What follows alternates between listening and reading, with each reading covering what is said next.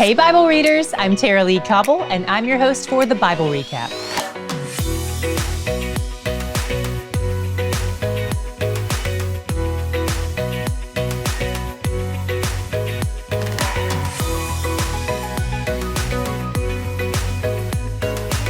There were a lot of names in today's reading, but don't worry, you don't need to remember them all. What we're always looking for here is God.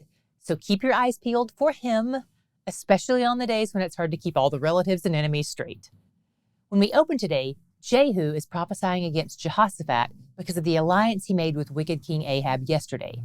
Jehoshaphat seems to receive this rebuke well. He sets a lot of things in motion in an effort to honor God and point the people back to God as well. He also appoints judges and commands them to judge righteously, as God does, and he says God will help them in this task. After he starts out on the right path again, a coalition comes to attack him.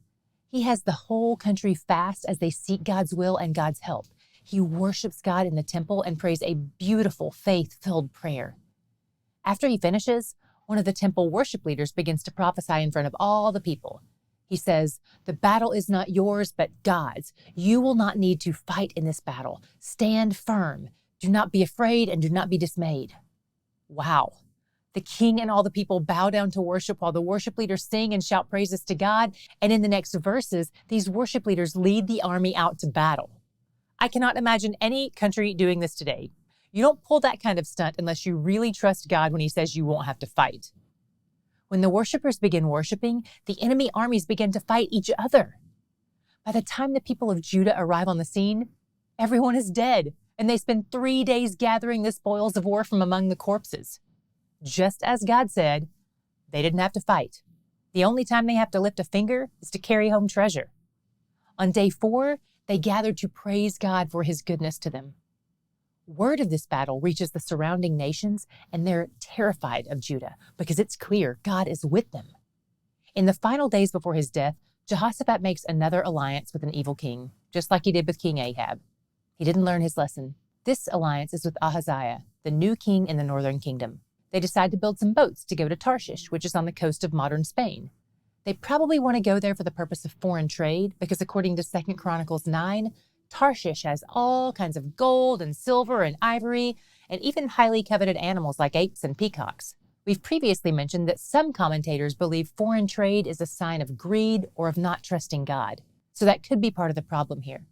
But according to Eliezer the prophet, the primary issue at hand is that Jehoshaphat has joined himself to a king who doesn't know or worship Yahweh. As a consequence of his sin, God wrecks their ships.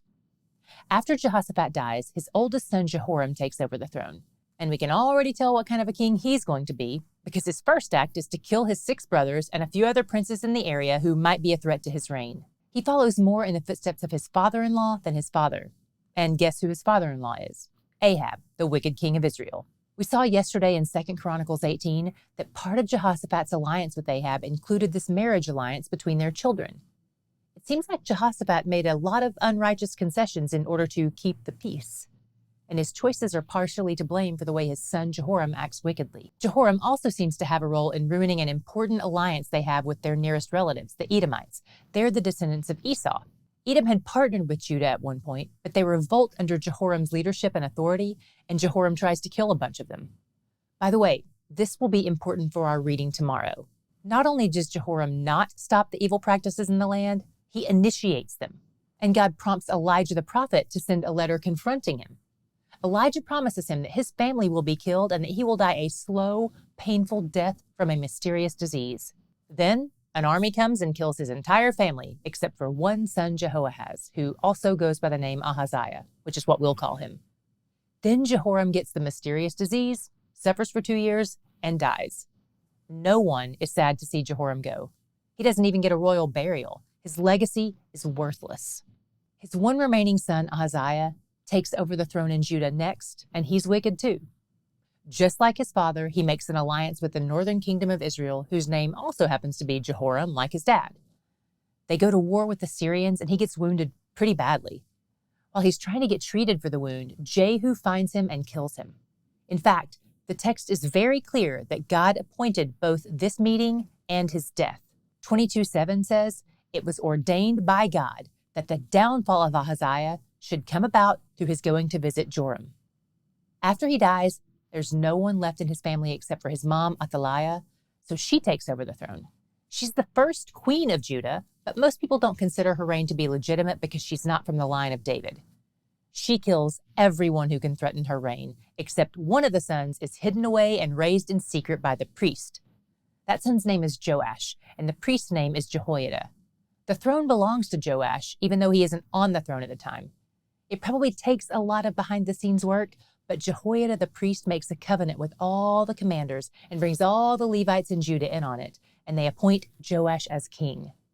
Jehoiada reminds all the people of God's covenant with the house of David so that they understand the importance of having Joash on the throne. He's the only legitimate heir at this point. But he's 7, so a lot of the reforms that take place are done by Jehoiada the priest. He has Athaliah put to death, likely for the murder she committed, and he also reestablishes temple worship and destroys the altars and the priests of Baal.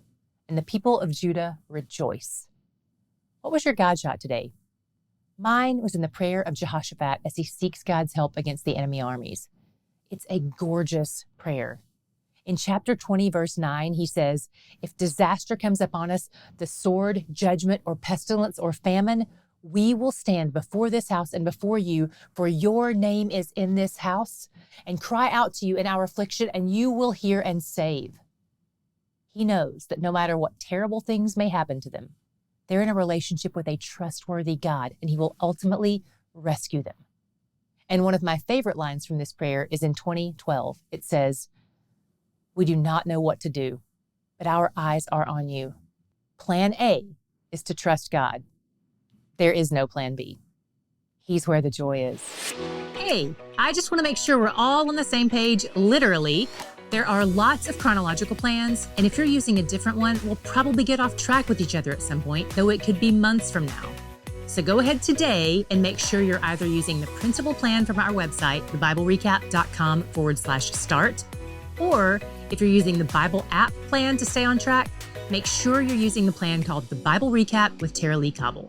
Just double check that it has our logo as the image. We've linked to both of those in the description box below.